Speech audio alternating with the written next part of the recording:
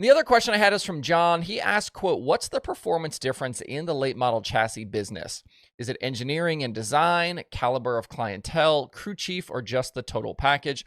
We've seen Longhorn dominate, but as of late, Rocket drivers have quietly improved and are challenging for big time wins. Thoughts on what the it factor is? I don't know that there's really a solid answer here. Some guys just kind of seem to go better in certain cars, and it might just be vibes for some of them. Jimmy Owens, for example, has driven multiple different brands, including one of his own design, but lately has been doing pretty well in his Rocket. Brandon Sheppard, unstoppable in the Rocket house car previously, then goes to Longhorn, couldn't match the pace. Now he's back with Rocket, but still not finding that speed consistently. Tim McCreadie, back in a Longhorn, running better than we've seen him go in maybe 2 years. And while we watch Bobby Pierce and Jonathan Davenport and Ricky Thornton Jr. melt faces in Longhorns, plenty of other Longhorn drivers struggle. Skyline's Tyler Bruning and Mike Mahler, they kind of went the other direction. They went Infinity this year. And even look at a guy like Brandon Overton.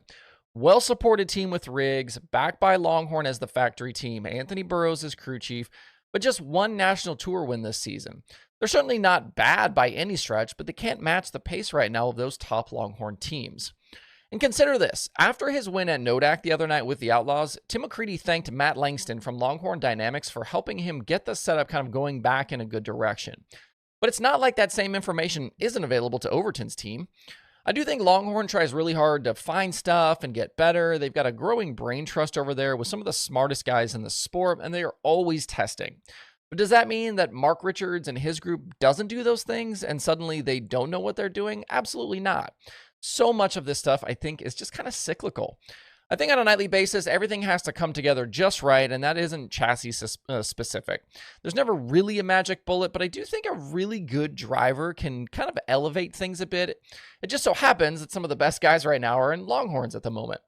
But I bet a decent amount of money that if RTJ was suddenly in the seat of a Rocket, he could probably still go pretty fast. Thanks to both Tyler and John for their questions.